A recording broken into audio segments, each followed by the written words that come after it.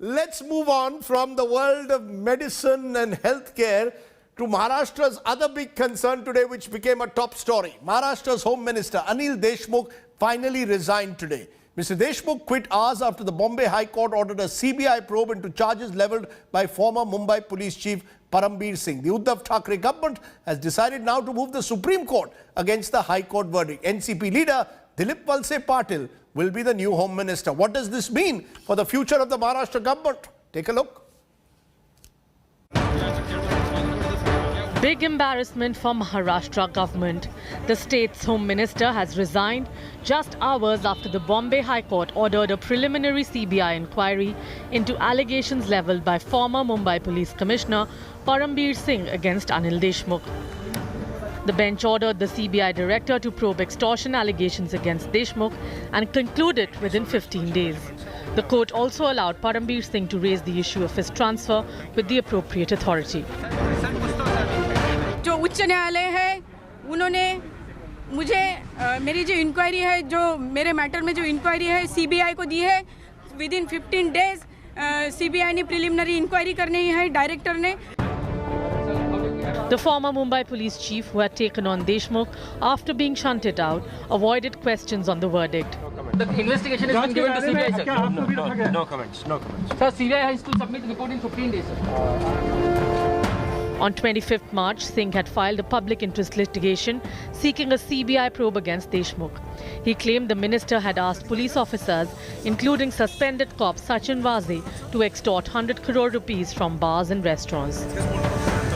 The court verdict has reignited the political war over Parambir's charges against Deshmukh. The BJP is targeting Chief Minister Uddhav Thackeray over his silence on the entire matter, while the Shiv Sena is putting up a brave front.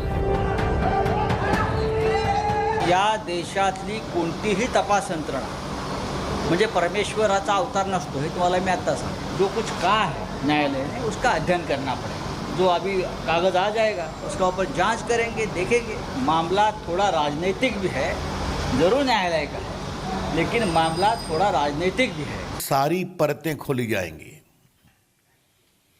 The BJP expects that all the ramifications of this issue ought to be investigated fairly, properly, and those who are involved must be brought to book. Bombay High Court felt that the allegations levelled by a senior officer like Parambir Singh were extremely serious and they cannot be unattended. And it is for this that the Bombay High Court ordered an inquiry by CBI so that the faith of the people in the police machinery could be re-established. With cameraman Sachin Sawant in Mumbai, Vidya for India Today. And let me go straight across to Nawab Malik, Senior Cabinet Minister, NCP Minister in the Maharashtra government. Nawab Malik ji, एक तरफ आपने इस्तीफा ले लिया अनिल देशमुख जी का, दूसरी तरफ महाराष्ट्र सरकार जा रहा है सुप्रीम कोर्ट में, चैलेंज कर रहा है जो हाई कोर्ट कह रहा है. क्या आप समझते हैं हाई कोर्ट ने जो निर्णय दिया है कि सीबीआई जांच होगी इस मामले में, वो गलत है? एक तरफ रेजिग्नेशन, दूसरी तरफ सुप्रीम कोर्ट का में जाना.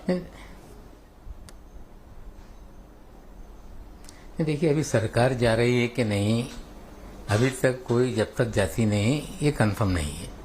हाँ, लेकिन अनिल देशमुख जी सुप्रीम कोर्ट में इस निर्णय के खिलाफ वो जा रहे हैं, ये सच्चाई है. निश्चित रूप में देश में अगर किसी को लगता है कि कोई अन्याय हुआ, जस्टिस नहीं हुआ है, तो उसे जो भी रेमेडी है अपील करने की, निश्चित रूप से उस रेमेडी का इस्तेमाल करना उनका अधिकार है. नहीं तो क्या आप अभी तक मानते हैं मनीष जी कि अनिल देशमुख बेकसूर है? क्या आप अभी तक मानते हैं जो वसूली के आरोप लगाए गए हैं वो बेबुनियाद है?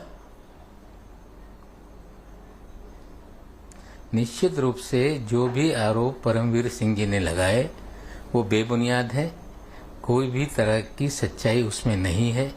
जिस तरह से उनके लेटर का समय, जिस तरह से सवाल उन्होंने उठाए, इस पे हमें पूरा विश्वास है कि इस तरह की चीजें हो नहीं सकती. बेबुनियाद आरोप परमवीर सिंह जी ने लगाए, हमें पूरा विश्वास है. फिर आपने उनका इस्तीफा लिया, क्या इस्तीफा इस वजह से लिया कि एम्बैरेसमेंट इतनी हो गई आज बॉम्बे हाई कोर्ट वर्डिक्ट के बाद कि आपको इस्तीफा लेना पड़ा? क्या यह सच्चाई है कि हाई कोर्ट के निर्णय के बाद उनको इस्तीफा देना पड़ा? देखिए, ये सच्चाई है कि हाई कोर्ट के निर्णय के बाद अनिल देशमुख जी पवार साहब से मिले। उन्होंने ये कहा कि मैं खुद इस्तीफा देना चाहता हूं, अब हाई कोर्ट का आदेश आया है, मैं चाहता हूं कि इस्तीफा दे दूं। पवार साहब ने मान्यता दी, वो मुख्यमंत्री के पास उन्होंने अपना इस्तीफा सौंपा। हमारी पार्टी ने भी विनती की कि उसे मंजूर किया जाए और निश्चित रूप से उनका इस्तीफा मंजूर हुआ है। वो अभी एक विधायक हैं, एक नागरिक हैं, उन्हें लगता है कि अन्याय उनके साथ हुआ या जो हाईकोर्ट का ऑर्डर है वो ठीक नहीं है, तो उसके खिलाफ वो अपील करने का अधिकार है, निश्चित रूप से वो अपील करेंगे। नवाब मलिक जी, बड़ा सवाल जो आता है कि क्या ये पूरा जो एम्बेरसमेंट हुआ है उससे सरकार पर कितना असर होगा? एक तरफ तो कोविड है महाराष्ट्र में और दूसरी तरफ ये आरोप लग रहे हैं, बीजेपी तो कह रही है उद्धव ठाकरे क्यों चुप है, शरद पवार जी क्यों चुप है। क्या कहीं ना कहीं आपकी सरकार अब कटघरे में है और ये कहा जा रहा है कि सरकार की उल्टी गिनती शुरू हुई है, the government will not last? कितनी सच्चाई है इसमें?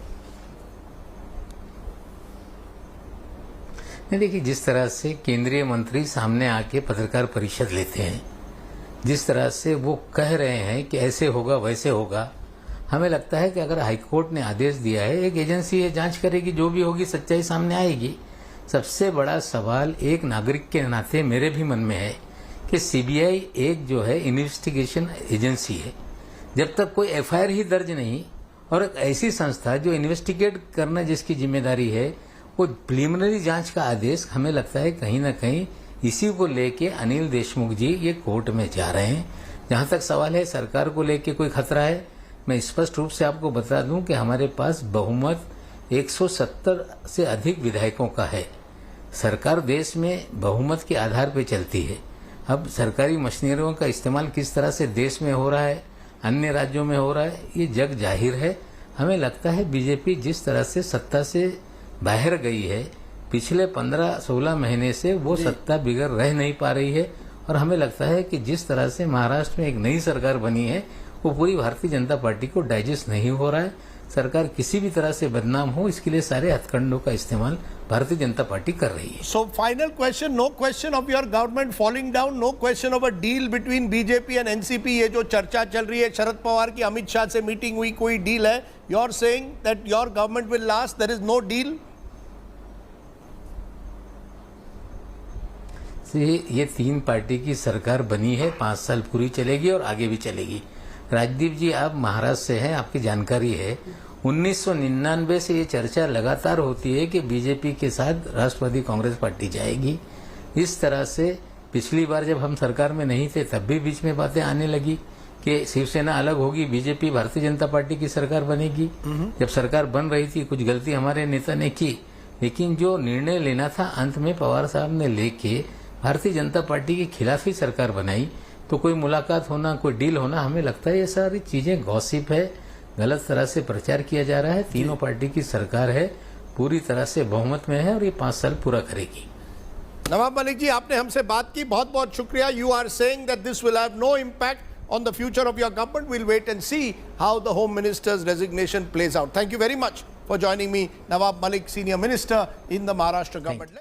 Hello everyone, this is Rahul Kamal here. Hope you enjoyed this video. For the latest news and analysis, like and subscribe the India Today YouTube channel, and don't forget to press the bell icon to stay updated.